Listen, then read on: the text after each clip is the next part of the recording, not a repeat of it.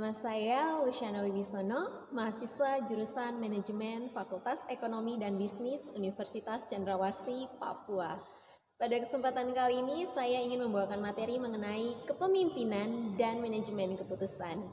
Video ini dibuat sebagai tugas dari mata kuliah Teori Pengambilan Keputusan dengan harapan dapat menginspirasi banyak orang. Untuk mengetahui materi ini lebih lanjut, simak video berikut ini. Nah, sekarang kita akan masuk pada materi yang pertama, yaitu bagaimana cara menentukan kualitas dari sebuah perusahaan. Dalam menentukan kualitas dari sebuah perusahaan, kita dapat menggunakan dua unsur yang paling dominan di dalam suatu perusahaan. Yang pertama yaitu unsur kinerja keuangan atau financial performance. Financial performance dapat dilihat melalui financial statements atau laporan keuangan dari perusahaan tersebut, yang mana terdiri dari 5 jenis laporan keuangan, yaitu laporan laba rugi atau income statement, laporan neraca atau balance sheet, laporan perubahan modal atau capital statement, laporan arus kas atau cash flow, dan catatan atas laporan keuangan atau the note to financial statements. Sementara unsur yang kedua yaitu unsur kinerja non-keuangan atau non-financial performance seperti pola jaringan kerja, struktur organisasi, pola manajemen, dan lain sebagainya, di mana unsur kinerja non-keuangan ini akan ikut mempengaruhi unsur kinerja keuangan yang nantinya akan menentukan kualitas suatu perusahaan. Sekarang kamu sudah tahu kan bagaimana cara menentukan kualitas suatu perusahaan? Lalu apakah kamu tahu ada perbedaan antara kepemimpinan atau leadership dan juga pemimpin atau leader? Ini loh teman-teman, kepemimpinan atau leadership didefinisikan sebagai suatu ilmu yang mengkaji secara komprehensif mengenai bagaimana cara mengarahkan, mempengaruhi, dan mengawasi orang lain untuk melakukan tugas sesuai perintah yang telah direncanakan. Nah, berbeda lagi dengan pemimpin atau leader. Pemimpin atau leader didefinisikan sebagai orang yang memimpin suatu tim, suatu organisasi, atau suatu perusahaan. Nah, dari kedua definisi tadi kita dapat simpulkan bahwa pemimpin atau leader berperan sebagai subjek atau orang, sementara kepemimpinan atau leadership tadi berfungsi sebagai skill atau kemampuan yang dimiliki oleh seorang pemimpin. Oke, sekarang kita sudah tahu perbedaan antara kepemimpinan dan juga pemimpin. Lalu apakah ada keterkaitan atau hubungan antara kepemimpinan dan juga pemimpin? Tentu saja ada. Pemimpin yang baik jika memiliki skill kepemimpinan yang baik, maka akan membentuk suatu pola manajemen yang baik, di mana akan ikut mempengaruhi kualitas dari suatu perusahaan. Oke, sekarang kita akan masuk ke materi yang kedua, yaitu tentang ciri-ciri pemimpin menurut George R. Terry. Menurut beliau, seorang pemimpin yang baik memiliki 8 ciri-ciri. Apa saja? Yang pertama yaitu energi. Seorang pemimpin yang baik tentunya harus memiliki energi yang baik pula, baik dalam segi mental maupun fisik. Yang kedua yaitu stabilitas emosi. Seorang pemimpin yang baik harus mampu mengendalikan emosinya. Dalam artian beliau tidak boleh merendahkan bawahannya, tidak boleh merendahkan orang lain, tidak boleh cepat marah, serta tidak boleh cepat menghakimi orang lain. Yang ketiga yaitu human relationship. Seorang pemimpin yang baik harus memiliki pengetahuan tentang hubungan antara manusia yang satu dan juga manusia yang lainnya. Yang keempat, personal motivation. Seorang pemimpin yang baik harus memiliki keinginan yang besar untuk menjadi seorang pemimpin yang baik. Jadi beliau harus mampu memotivasi dirinya sendiri untuk menjadi seorang pemimpin yang baik. Yang kelima, communication skill atau skill berkomunikasi. Hal ini sangat dibutuhkan oleh seorang pemimpin. Mengapa?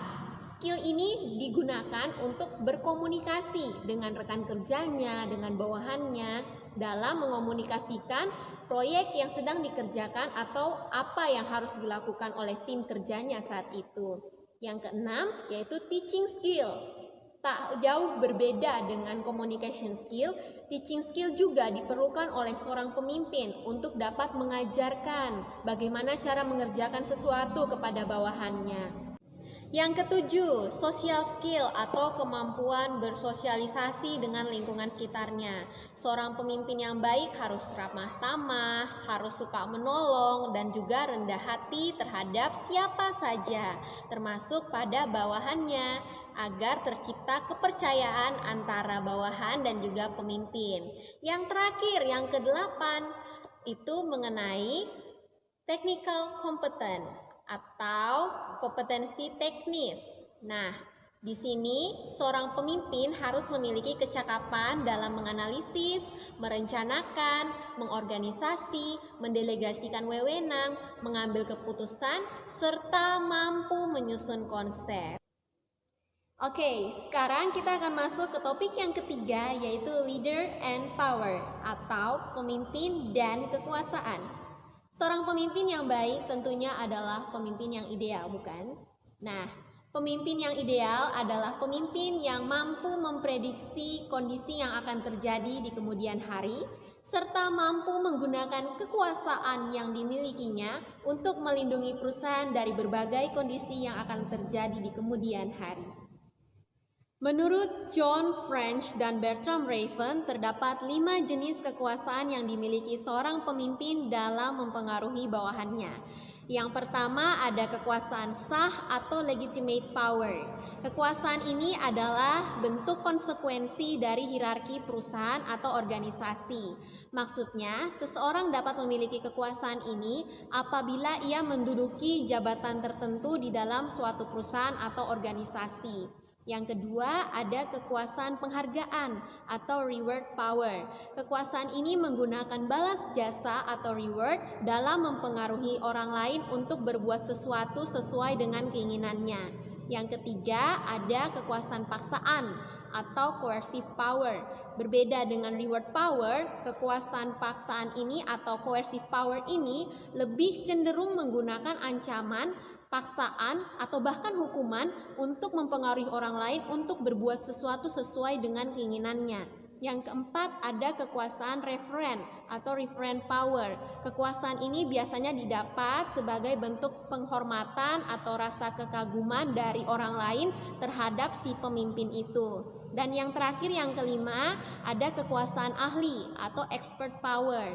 Kekuasaan ini biasanya didapat karena seseorang memiliki kemampuan atau keahlian di bidang tertentu, sehingga ia dipercayakan oleh manajernya untuk memimpin suatu tim di dalam bidang tertentu. Oke, sekarang kita akan masuk ke topik yang keempat, yaitu tipe-tipe pemimpin menurut SP Siagian. Menurut beliau terdapat 5 tipe pemimpin. Apa saja? Yang pertama ada tipe otokratisasi atau diktatorial. Tipe pemimpin seperti ini biasanya bertindak sebagai seorang diktator bagi para bawahannya. Contohnya adalah Adolf Hitler. Yang kedua ada tipe militeristik. Tipe pemimpin seperti ini menyukai kepemimpinan dengan sifat disiplin tinggi serta menyukai hal-hal yang bersifat formal. Contohnya adalah Presiden Soeharto. Yang ketiga ada tipe paternalistik. Tipe pemimpin seperti ini memiliki sifat kebapakan. Jadi pemimpin seperti ini berpikir atau berasumsi bahwa bawahannya tidak dapat bertindak secara mandiri tanpa bimbingannya. Contohnya adalah guru. Yang keempat ada tipe demokratis atau partisipatif. Tipe pemimpin seperti ini lebih memilih untuk ikut berbaur dengan bawahannya, sehingga beliau mampu untuk memahami kebutuhan, kemampuan, dan juga kelemahan bawahannya sebelum memberikan tugas kepada bawahannya. Contoh tokoh seperti ini adalah Mahatma Gandhi. Dan yang terakhir atau yang kelima adalah tipe bebas atau laissez-faire. Tipe ini dia lebih cenderung melepaskan tanggung jawabnya. Bisa dibilang dia adalah tipe pemimpin yang pasif atau membiarkan bawahannya bergerak sendiri tanpa bimbingannya. Sehingga kelemahan dari tipe ini adalah lebih mudah terjadi kekacauan di dalam tim kerjanya. Oke, sekarang kita akan masuk ke topik yang kelima, yaitu sebab-sebab munculnya seorang pemimpin. Teori yang mendasari hal ini ada 3, yaitu teori genetis, teori sosial, dan juga teori ekologis atau sintetis. Teori genetis menyatakan bahwa seseorang memang sudah ditakdirkan untuk menjadi seorang pemimpin sejak ia dilahirkan. berbeda halnya dengan teori yang kedua, yaitu teori sosial. Teori ini menyatakan bahwa seorang pemimpin tidaklah membawa skill kepemimpinannya itu sejak ia dilahirkan. Akan tetapi semua orang bisa menjadi seorang pemimpin asalkan melalui pendidikan dan juga dorongan atau pelatihan sebelumnya. Dan yang ketiga yaitu teori ekologis atau sintetis. Teori ini menurut saya adalah gabungan dari kedua teori sebelumnya, karena teori ini mengemukakan bahwa seseorang dengan bakat-bakat pemimpin itu dapat dilatih lebih lagi atau dikembangkan lebih lagi dengan berbagai pendidikan dan juga dorongan agar dia dapat menjadi pemimpin yang baik di kemudian hari.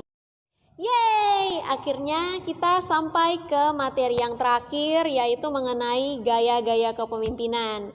Terdapat dua gaya kepemimpinan, yaitu yang pertama task oriented atau pemimpin yang berorientasi pada tugas, dan juga employee oriented atau pemimpin yang berorientasi pada pegawainya. Nah, itu seperti apa? Yang pertama yaitu task oriented atau pemimpin yang berorientasi pada tugas.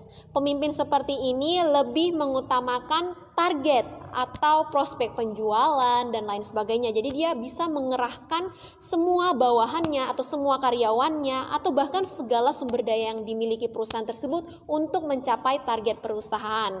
Nah, berbeda halnya dengan employee oriented atau pemimpin yang berorientasi pada pegawai. Pemimpin yang seperti ini lebih berorientasi pada sistem kaderisasi atau dia lebih mengutamakan pegawai-pegawai atau bawahan yang memiliki potensi untuk dididik lebih lagi, dilatih lebih lagi agar dia dengan harapan dapat memberikan kontribusi yang lebih bagi perusahaannya di kemudian hari. Oke, mungkin sampai sini dulu perjumpaan kita. Terima kasih sudah menonton video ini sampai akhir. Semoga video ini dapat bermanfaat bagi banyak orang. Apabila ada salah kata di dalam video ini, mohon dimaafkan. Let's quote from me. Leadership is about being of service to others, not being served by others. Be a mentor, not a boss.